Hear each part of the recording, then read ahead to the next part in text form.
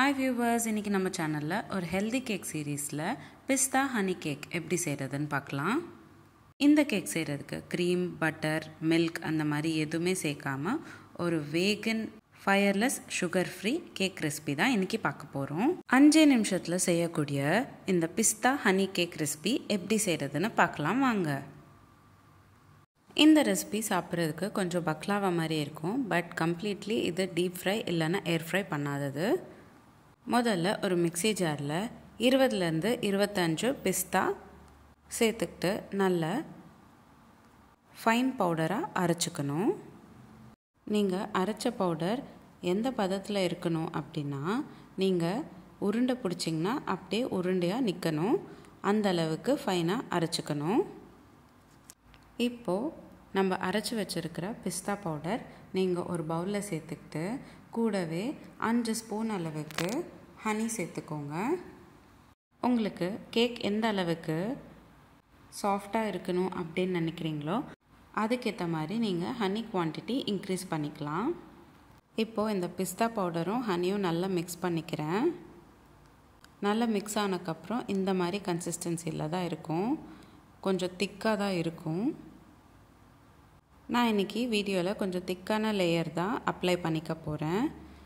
உங்களுக்கு இன்னும் தின்னான லேயர் தேவைப்பட்டுச்சுன்னா நீங்கள் ஹனி வந்து 1 ஸ்பூன் இல்லைன்னா 2 ஸ்பூன் இன்னும் கூட ஆட் பண்ணிக்கலாம்.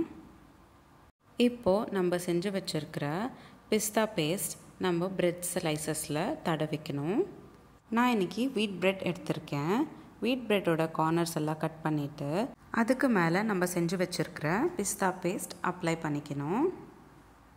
இப்போது நம்ம அப்ளை பண்ண பிரெட் மேலே இன்னொரு பிரெட் சேர்த்துட்டு அந்த பிரெட் மேலே கூட இந்த பிஸ்தா பேஸ்ட்டை சேர்த்துக்கணும்.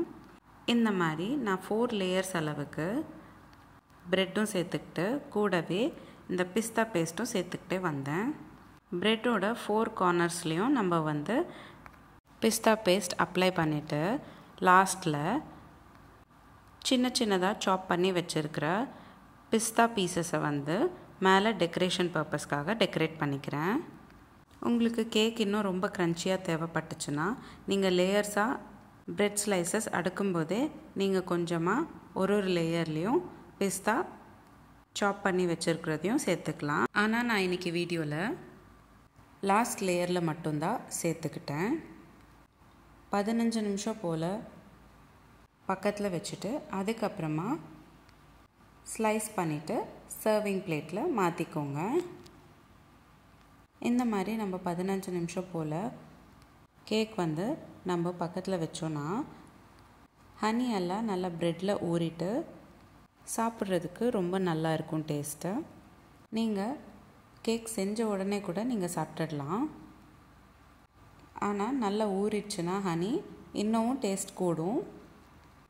இப்போ வீடியோவில் பார்த்தீங்கன்னா நான் கட் பண்ணி வச்சுருக்கிற கேக் ஸ்லைஸ் காமிக்கிறேன் பாருங்கள். ஹனி எல்லாம் நல்லா ப்ரெட்டில் ஊறிட்டு நல்லா சாஃப்டாக இருக்குது. கட் பண்ணுறப்போ பசங்கள்லேருந்து பெரியவங்க வரைக்கும் இந்த மாதிரி டிஃப்ரெண்ட்டாக ரெசிபி பண்ணி கொடுக்குறதுனால ரொம்ப விருப்பப்பட்டு சாப்பிடுவாங்க. உங்களுக்கு இந்த வீடியோ பிடிச்சிருந்தா லைக் பண்ணுங்கள், ஷேர் பண்ணுங்கள். இதே மாதிரி டெய்லி ஒரு ரெசிபி பார்க்குறதுக்கு என்னோடய சேனல் சப்ஸ்கிரைப் பண்ணிக்கோங்க. இந்த ரெசிபி எப்படி இருந்ததுன்னு எனக்கு கமெண்ட் பாக்ஸில் கமெண்ட் பண்ணுங்கள். இதே மாதிரி நிறைய சீரீஸ் நம்மளோட சேனலில் போஸ்ட் பண்ணியிருக்கேன்.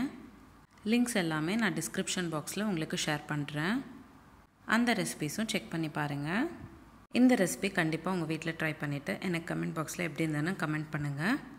மீண்டும் சந்திப்போம் ஒரு சுவையான ரெசிபியுடன். தேங்க்யூ.